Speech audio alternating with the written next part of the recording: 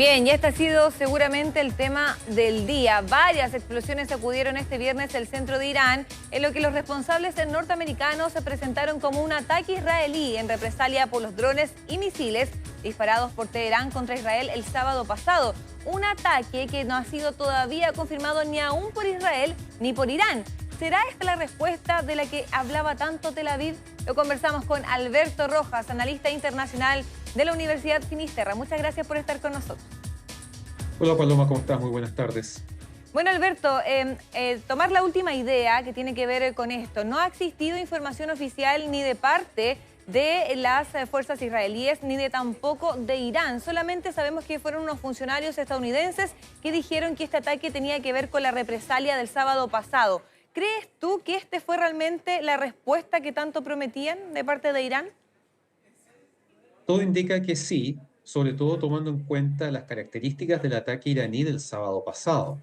Al menos 3 días antes de este ataque, a nivel internacional se manejaba ya la información pública de que Irán pretendía atacar a Israel el sábado 13 de abril. Es decir, no hubo ningún tipo de factor sorpresa en el ataque iraní y en la selección del armamento que utilizó, si bien fue impresionante el despliegue que hizo con más de 300 drones y cohetes, lo cierto es que el tipo de armamento que eligió para atacar a Israel fue muy claro y muy preciso. ¿En términos de qué? De darle tiempo a Israel para prepararse. Los misiles demoraron entre 2 y 3 horas, los drones entre 6 y 9 horas. Es decir, una ofensiva que va en contra de todo lo que se habría esperado de una operación militar y que además no causó ningún muerto. El ataque presuntamente atribuible a Israel, por lo mismo que tú decías, Irán prácticamente no hace ninguna alusión a esos ataques, Israel tampoco, pero sí sabemos que estos ataques se concretaron en la provincia de Isfahán, específicamente en la base militar desde donde salieron los misiles y drones que atacaron a Israel el sábado, y donde además muy cerca hay un aeropuerto que es clave para el funcionamiento de la región, que también fue atacado. Otro elemento importante aquí es el hecho de que Isfahán alberga la instalación nuclear de Natanz, que es una de las infraestructuras nucleares más importantes del programa nuclear iraní, que no fue tocada, pero que obviamente aquí hay una lectura que es importante hacer. Israel demostró que tiene la capacidad para llegar a un lugar cercano a las instalaciones nucleares iraníes, pero prefirió enfocarse en otro tipo de blancos. Esto es una especie de ajedrez geopolítico en donde cada país busca demostrar que no está dispuesto a ceder frente al otro, que va a tomar acciones, va a tomar represalias frente a ataques mutuos y que además le permiten, de algún modo, salvar su imagen como potencia regional. Pero de todas maneras llama la atención, Alberto, lo que decíamos. ¿Por qué todavía no han existido declaraciones oficiales, sobre todo de parte del gobierno de Israel, que sabemos que ellos suelen siempre dar informaciones de este tipo? ¿Por qué mantenerlo oculto, por decirlo de alguna forma? Esa es una respuesta que tendría que responder la Cancillería israelí, y no hay que perder de vista que no siempre Israel u otros países reconocen las acciones. Recordemos que todo esto comenzó producto de un ataque, un bombardeo al consulado iraní en la ciudad de Damasco, la capital de Siria, en donde murieron varios altos mandos de la Guardia Revolucionaria. Bueno, Irán responsabiliza este ataque a Israel, pero Israel no lo ha negado ni lo ha confirmado hasta el minuto. Y ese fue el punto de inicio de todo este ir y venir en términos de acciones y represalias entre Irán e Israel. De todas maneras, antes, ¿cierto?, de este ataque, Irán había dicho reiteradamente que si es que recibía algún ataque de cualquier tipo, ellos iban a responder hasta 10 veces peor.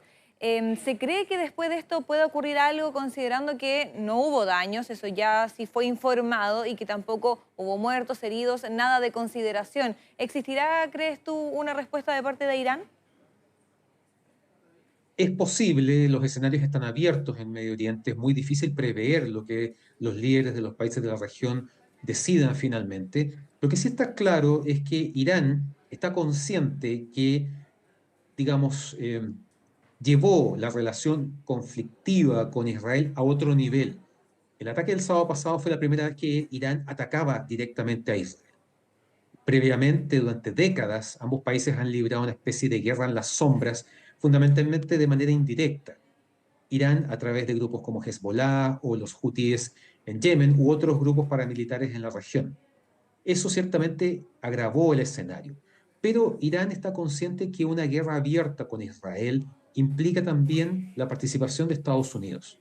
Estados Unidos, si ve que Israel, que es su principal aliado en la región, es atacado constantemente, si aquí estamos hablando del inicio de una guerra por parte de Irán, evidentemente va a intervenir. E Irán sabe el impacto que puede generar eso en su país. Una cosa es enfrentar a otro país árabe, como ocurrió con Irak en los años 80, tener este intercambio de represalias con Israel, y otro muy distinto es involucrar a Estados Unidos, que ha demostrado su poderío en Medio Oriente durante este siglo, al menos en dos oportunidades.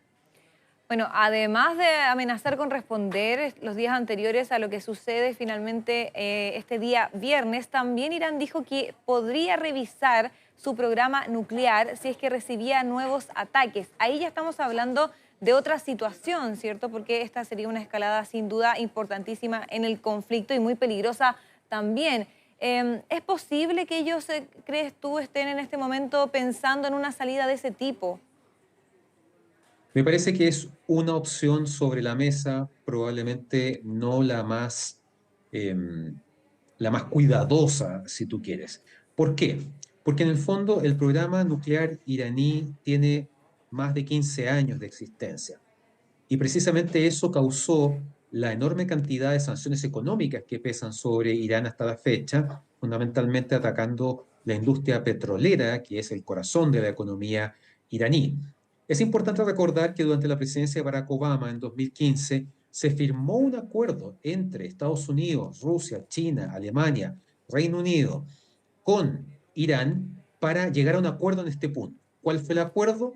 Básicamente, que Occidente levantaba las sanciones económicas sobre Irán, permitiéndole volver a exportar su petróleo, a cambio de que Irán transparentara, permitiera la visita de inspectores occidentales a sus instalaciones nucleares para verificar lo que Irán siempre ha sostenido, que su programa nuclear es un programa nuclear de uso pacífico destinado a generar calor y electricidad. Eso funcionó bastante bien los primeros años. Sin embargo, cuando Donald Trump llegó a la Casa Blanca en 2018, retiró unilateralmente a Estados Unidos de este acuerdo, quitándole un piso importante a esta nueva relación que estaba teniendo Occidente con Irán. Desde entonces, Estados Unidos no ha vuelto a formar parte de ese acuerdo, y eso ha hecho que Irán haya dicho, bueno, si Estados Unidos se retira y no cumple su compromiso, yo tampoco estoy obligado. Varios países europeos han intentado mantener este acuerdo intacto, pero lo que hemos visto es que lamentablemente no se ha concretado del todo, y que hay muchos antecedentes que dan cuenta de que Irán ha estado enriqueciendo uranio más allá de lo que necesita para reactores de uso pacífico, y Claro. está llegando a un nivel de enriquecimiento necesario, propio, para el uso de armas nucleares. Hay dos antecedentes importantes en Medio Oriente respecto al tema nuclear e Israel. En 1981, Israel bombardeó el reactor nuclear que estaba construyendo en ese entonces Saddam Hussein, impidiéndole continuar con ese programa que tenía en mente. Y en 2007, Israel realizó lo mismo, atacó un reactor, las instalaciones nucleares de Siria, durante el gobierno de Bashar al-Assad, destruyendo estas instalaciones antes de que empezaran a funcionar. Actualmente hay varios reactores activos en Irán. Destruirlos generaría un impacto radioactivo a gran escala, y ciertamente lo que hemos visto es que en el pasado, por ejemplo, se sabe que ciertos servicios de inteligencia occidentales lo que han hecho es eh, insertar virus en su sistema informático como una manera de perjudicar el funcionamiento especialmente de las centrífugas que enriquecen uranio. La idea de atacar una central nuclear activa podría ser un nuevo Chernobyl. Irán lo sabe, Israel lo sabe, el resto del Medio Oriente también, y probablemente eso no sería una buena acción, una acción estratégica, a diferencia de lo que hicieron en el 81 en Irak y el 2007 en Siria. Sí, otro antecedente que sabemos es que Estados Unidos dijo que no iba a acompañar a Israel en un contraataque. Y hoy cuando le preguntan al secretario de Estado estadounidense Anthony Blinken con respecto a este ataque, no lo confirma, pero sí dice que no hay participación estadounidense. Entonces, más que nada la idea es entender si es que este conflicto realmente tiene posibilidades de salir de Medio Oriente, o finalmente crees que se va a quedar solamente en ese lugar, o quizás menor aún puede ser solamente entre Irán e Israel. Bueno, Estados Unidos, al comienzo de toda esta actual crisis que se inició, como tú recordarás, con el ataque terrorista de Hamás del 7 de octubre del año pasado, tomó una posición de apoyo a Israel. Sabemos que Israel es el principal aliado de Estados Unidos en la región. Y en ese aspecto lo que hemos visto es una evolución de su posición respecto de Israel.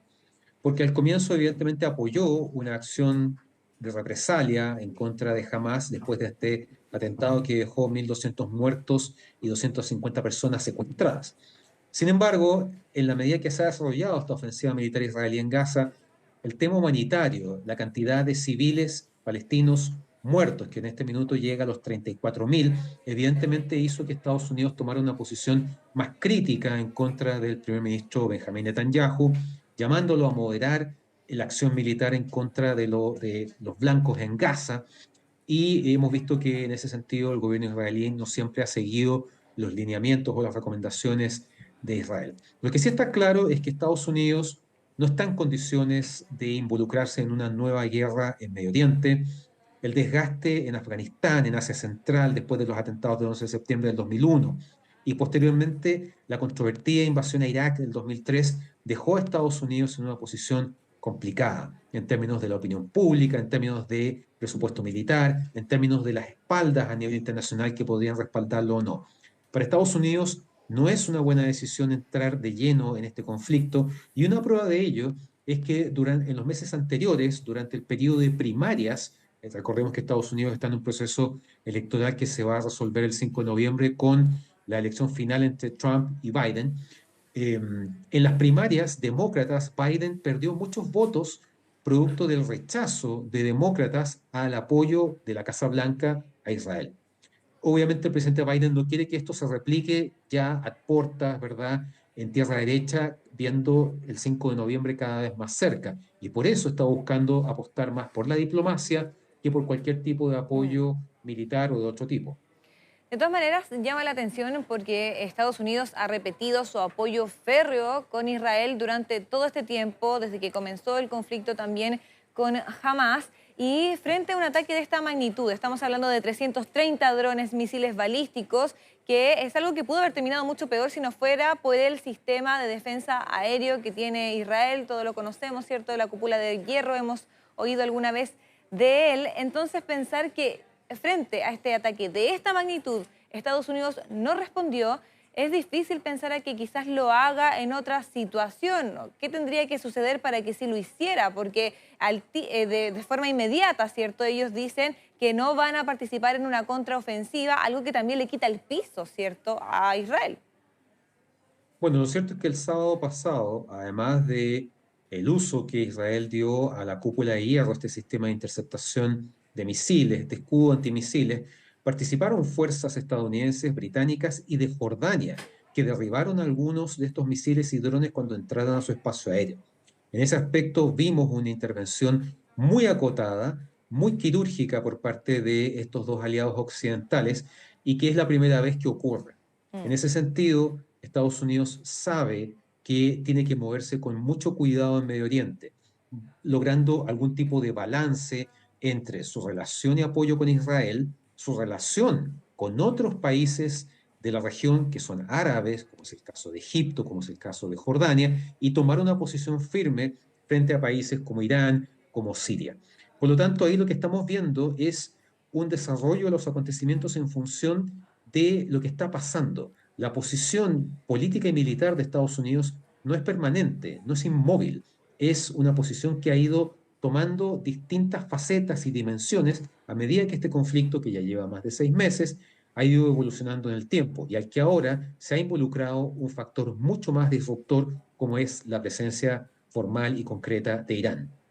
Bueno, Alberto, y como para ir terminando, ¿crees tú que después de esta respuesta quirúrgica que tuvo Israel y también del ataque pensado también quirúrgico, podríamos decir, de parte de Irán, este conflicto perdió fuerza? ¿Estamos hablando ya de una baja en la escalada del conflicto o todavía no podríamos hablar de eso? Me parece muy aventurado emitir un juicio en ese sentido. Me parece que estamos en un conflicto multidimensional que involucra a muchos actores y que está absolutamente en desarrollo. Mm. Este conflicto, iniciado con el ataque terrorista de Hamas, está muy lejos de terminar. Por lo tanto, todavía faltan episodios que desconocemos cómo se van a resolver en el plano diplomático, en el plano militar, en el plano humanitario, y de qué manera lo que vaya ocurriendo en esos ámbitos va a involucrar o no decisiones de países vecinos, países de la región o de la comunidad internacional en general. Por lo tanto, me parece que lo más sensato es ir apreciando de manera paulatina los acontecimientos para de esa manera poder prever de qué manera va a evolucionar esto, tomando en cuenta que hacerlo en el largo plazo, en el mediano plazo incluso, es muy difícil. Todos los días este escenario está cambiando. Todos los días hay decisiones que se toman en distintas partes del mundo, en diferentes capitales de Medio Oriente. Lo único que nos queda en ese aspecto es irlo monitoreando de manera cercana y tratando de ver hacia dónde se encausan esas decisiones que se van a transformar en consecuencias en el corto, mediano y largo plazo en una región que es particularmente inestable y volátil. Perfecto, Alberto. Muchísimas gracias por toda la información y quedamos atentos, ¿cierto?, a lo que pueda suceder con respecto a este conflicto. Quizás durante el fin de semana, la próxima semana, estamos en contacto. Muchas gracias, que te vaya muy bien. Gracias a ti, Paloma, que estés muy bien.